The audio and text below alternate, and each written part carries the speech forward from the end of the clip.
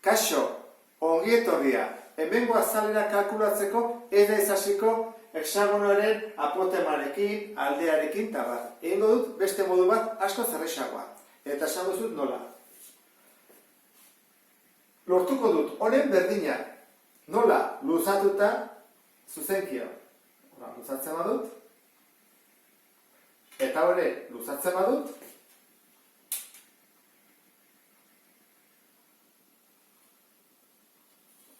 Lortu ditut, bi triangelo hauek berdinak izatea. Eta falta zait, honekin ere zerbait egitea. Ikusten duzu bezala, hau dago, nik hemendik erditik egiten badut. Lortu dut, bi hauek berdinak izatea, bi hauek berdinak izatea, eta bi hauek ere bai. Orduan, honen azalera, marratutakoa, zen izango da? Azalera guztia, zati bi.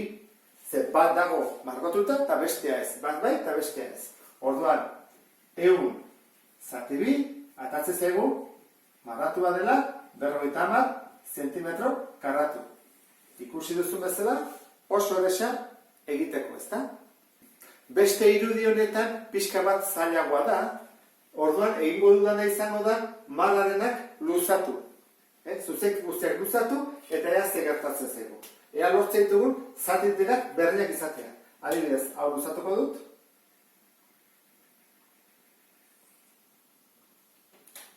Hau ere bai.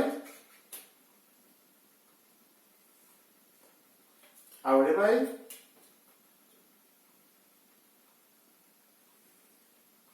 Ez beste hau ere bai. Zatitenak berdinak dira, oraindik ez. Egin dezakeguna da, honen paraleloak egin, eta horren bai lortuko dugula zatitenak berdinak izatea. Begira, luzatzen dut,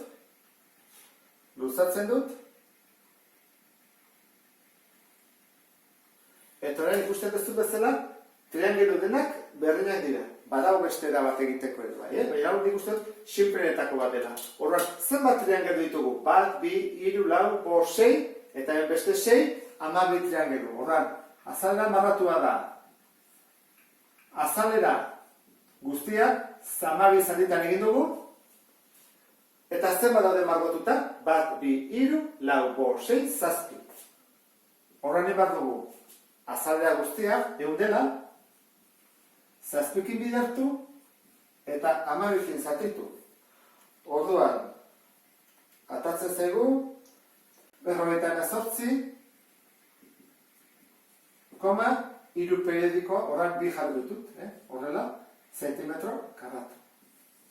Eta honekin bukatuko bane, beste bat arte, agur.